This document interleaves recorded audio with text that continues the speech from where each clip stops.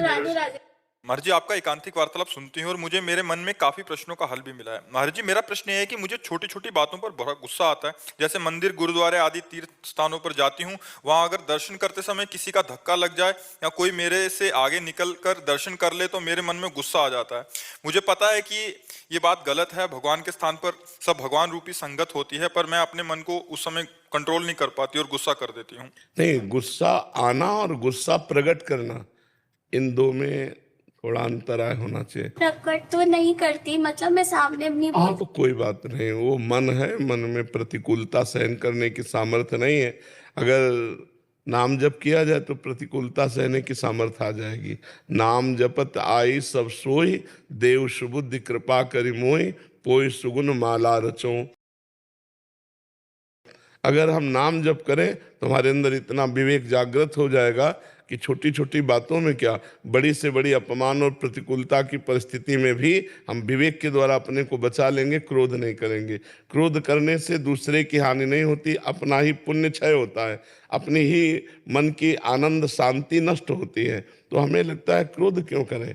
अगर कोई हमें धक्का दे देता है, हमसे आगे निकल जाता है, हम धैर्यपूर्वक खड़े रहें, हम थोड़ा सह लें।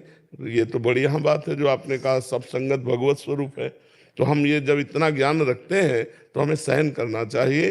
और अगर अंदर क्रोध आ जाए तो भी उसे बाहर व्यक्त नहीं करना चाहिए, वो अपने आप क्षीण हो जाएगा।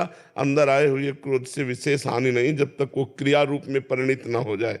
तो अंदर ही अंदर वो बात खत्म हो गई, ना उसका पाप लगेगा और ना कोई नवीन कर्म बना। लेकिन अंदर आया और हमने क्रिया कर दी, अब वो अपराध बन जाएगा। इसलिए सावधान रहे।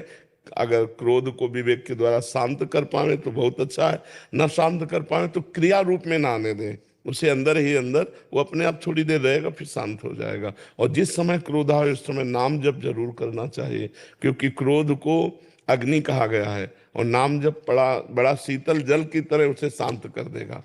काम क्रोधादि अग्नियां हैं, यदि भगवान नाम लिया जाए, प्रियाजू का नाम लिया जाए, श्री जी के चरणों का चिंतन किया जाए तो निश्चित शांति प्राप्त हो जाएगी। श्री जी के चरण बड़े शीतल हैं। श्री लालजू महाराज भी अपने हृदय के प्रेम अग्नि को शांत करने के लिए लाडली जी के चरण हृदय में विराजमान करते। वृंदावने तवैव पदारविंदम प्रेमामृतैक मकरंद रसौघ पूर्णम, हृदयर्पितम मधुपते स्मरताप मुग्रम, निर्वापयत परम शीतलमाश्रयामि। श्री वृंदावनेश्वरी जी के चरणारविंद क्या है, परम शीतल हैं। तो हम लाडली जी के गोरे चरणारविंद का चिंतन करें, राधा राधा राधा ऐसा नाम लेने लगे, क्रोध अपने आप शांत हो जाएगा। और सब में भगवान को देखने की चेष्टा करें, सब में प्रभु विराजमान है, तो हमें बहुत सुख मिलने लगेगा, हम अध्यात्म में बलवान हो जाएंगे। महाराज जी, ऐसी भी स्थिति होती है कि गुस्सा ही ना आए? हाँ, इतना हृदय शीतल होता है, उसको अगर मार भी दे तो असर नहीं पड़ेगा। वो अपने अंदर में भागवतिक सुख में इतना डूबा है कि बाहर के प्रहार होने पर भी उसको कोई परेशानी नहीं होती। बताया नहीं, एक दिन हरगोविंद जी के पांडाल में रासलीला हो रही थी और पुरुष थे, वो रासलीला देखने सबसे पीछे खड़े थे, नंग धड़ंग ऐसे, बहुत बलवान शरीर उनका, पुष्ट एकदम, क्योंकि ब्रह्मचर्य और वैराग्य से। तो वो रासलीला देख रहे थे, में कोई एक पैंट शर्ट बूट पहने हुए आदमी आया, पता नहीं उसका दिमाग में क्या प्रारब्ध प्रेरित था या क्या, वो आया पीछे से एक लात मारा, तो एकदम वो ऐसे झुके, फिर खड़े हो गए, पीछे मुड़ के नहीं देखा, 3-4 लात वो जूता पहने सहित मार। वो बस ऐसे नेत्रों से प्रिया प्रीतम को प्रणाम, मुड़ के चल दिए। मतलब एक बार भी मुड़कर उस व्यक्ति की तरफ नहीं देखा जिसने मारा। कहना और तो बात जाने दो, एक बार भी मुड़कर नहीं देखा उसकी तरफ। कितनी अध्यात्म निष्ठा ऊंची उनकी, उन महापुरुष की थी। महाराज जी, उनकी आंतरिक स्थिति किस कोटि की है महाराज जी? अब जैसे अपने दांत से अपनी जबान कट जाए तो क्या हम विरोध करेंगे, चुपचाप सह लेंगे। अपने हाथ से अपने में लग जाए तो हम क्या विरोध करेंगे। ऐसे वो सबको आत्मस्वरूप देखते हैं महापुरुष।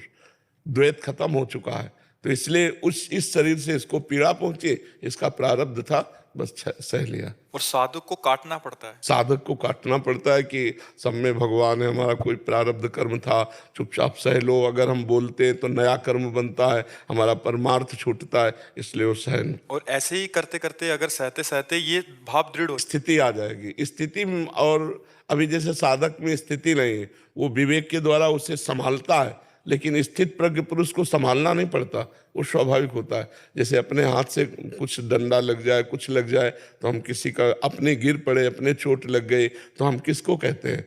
मुस्कुरा कर सह जाते हैं। जैसे गिर पड़े आदमी ना, तो बोले लग गया क्या, तो मुस्कुरा कहेगा नहीं, भले चोट लगी हो, क्योंकि किसी का दोष नहीं, हम ही गिरे हैं। तो आत्मस्वरूप महापुरुष इतना विस्तार कर लेते हैं कि पूरी सृष्टि को अपने में और पूरी सृष्टि में अपने आप को, पूरी सृष्टि अपने में और अपने आप को पूरी सृष्टि में, तो भेद नहीं रह जाता। अभेद स्थिति के कारण उनको काम क्रोधादि किंचन मात्र भी कोई दोष हृदय में नहीं प्रकट होता। नहीं स्वात्मारामम विषय मृग तृष्णाम भ्रमयति, आत्माराम पुरुष कभी विषय मृग तृष्णा में भ्रमित नहीं होता, क्योंकि द्वैत का नाश हो जाता है। तो काम का विषय, क्रोध का विषय, लोभ का विषय, इसमें भ्रमित नहीं होते, जिनको शुद्ध बोध हो जाता है, जो स्थिति प्रज्ञ महापुरुष है। कोई यशमान की कोई वो नहीं रहती है। हाँ, एक आदमी चंदन लगावे, एक आदमी जूता चलावे, उनकी दोनों के प्रति समान दृष्टि होगी, तभी तो महात्मा है। शत्रु मित्र समझान, सेवक जी महाराज कह रहे, शत्रु मित्र समझान, मान मान अपमान सम, दुख सुख लाभ न हानि, ये जो कृपा हरिवंश की। दुख सुख में, शत्रु मित्र में, लाभ हानि में, जय पराजय में जिसका समान भाव है, वो हरिवंश का कृपा पात्र है। सेवक जी महाराज कह रहे। दंडो